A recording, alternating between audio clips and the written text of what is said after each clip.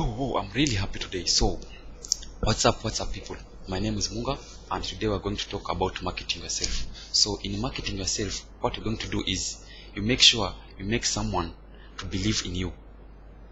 Yeah, this is kind of like complicated, but that is all about marketing yourself. You are making a name of yourself to someone who doesn't know you or who doesn't believe in you, that you can give this person to him or her.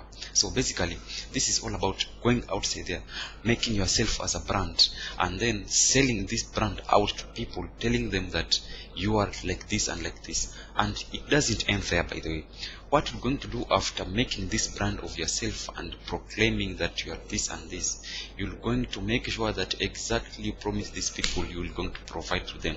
This is a very nice way of marketing yourself, because if you don't deliver exactly what you promise these people, definitely they'll consider you a nashed one. And when you're nashed, then definitely next time you have something important, no matter what, people won't believe you. Thank you.